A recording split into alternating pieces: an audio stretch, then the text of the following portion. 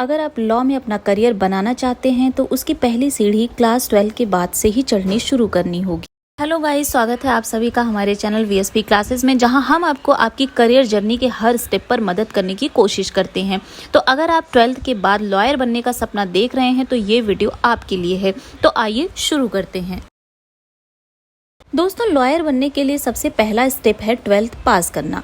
उसके बाद आपको LLB यानी कि बैचलर ऑफ लॉ की डिग्री करनी होगी।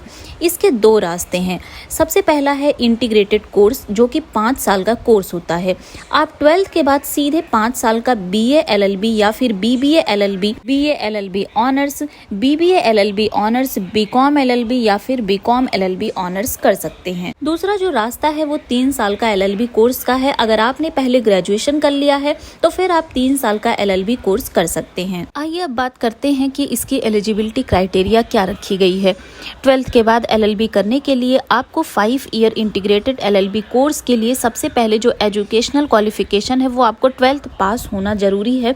स्ट्रीम कोई भी हो, आर्ट, साइंस या फिर कॉमर्स। वहीं अगर आप BSc LLB करना चाहते हैं तो उसके लिए क्लास 12th में साइंस होना कंपलसरी होता है। अगर हम बात फीस की करें कि 12वीं के बाद LLB करने की फीस जो है वो कई बातों पर डिपेंड करती है, जैसे कि आपने कॉलेज कौन सा लिया हुआ है। अगर गवर्नमेंट कॉलेज की बात करें तो उसकी फीस जो है वो 5,000 से 50,000 प्रति वर्ष हो सकती है। लेकिन अगर हम वहीं प्राइवेट कॉलेज की बात करें तो उसकी फीस 50,000 से 3 लाख प्रति वर्ष या इससे भी अधिक हो सकती है। ये कॉलेज के ऊपर डिपेंड करता है। 12th के बाद LLB करने के लिए एडमिशन पाने के लिए आपको कुछ एंट्रेंस एग्जाम क्लियर करने होंगे, लाइक CLAT यानी क्लैट।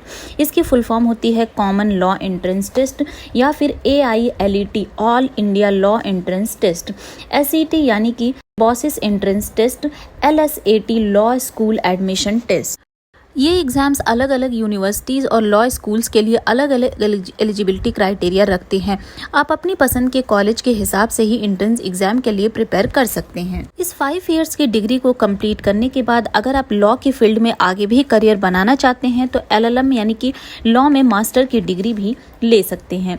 लॉ ग्रेजुएट होने के बाद आपको किसी सीनियर एडवोकेट के पास लॉ फर्म में इंटर्नशिप करनी होगी और इस इंटर्नशिप की ड्यूरेशन जो होती है वो लगभग 1 महीने की होती है। अगर आपको एडवोकेट बनना है तो स्टेट बार काउंसिल में इनरोल करना होगा। अब आप सोच रहे होंगे कि क्या लॉयर और एडवोकेट अलग अलग होते हैं?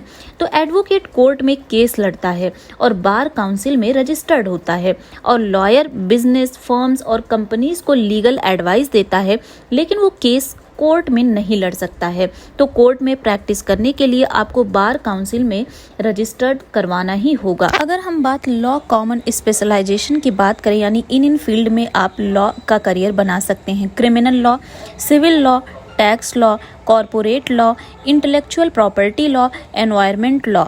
जॉब ऑप्शन की बात करें तो आप फैमिली लॉयर्स बन सकते हैं, टैक्स लॉयर्स बन सकते हैं, लीगल असिस्टेंट बन सकते हैं या फिर सिक्योरिटीज लॉयर भी बन सकते हैं। और अब बात करते हैं लास्ट में सैलरी एक लॉयर की कितनी होती है। तो लॉयर की एक एवरेज सैलरी जो होती है वो 7 लाख पर ईयर हो सकती है। ये सैलरी आपको कम और ज्यादा कहीं कहीं देखने को मिल सकती है। तो दोस्तों, ये थी how to become a lawyer after 12th exams. I hope आपको वीडियो पसंद आएगी। वीडियो पसंद आएगी तो लाइक और शेयर जरूर करिएगा। मेरे चैनल पे अगर आप पहली बार आए हैं तो चैनल को सब्सक्राइब जरूर कर दीजिएगा। मिलते हैं नेक्स्ट वीडियो में। Bye bye.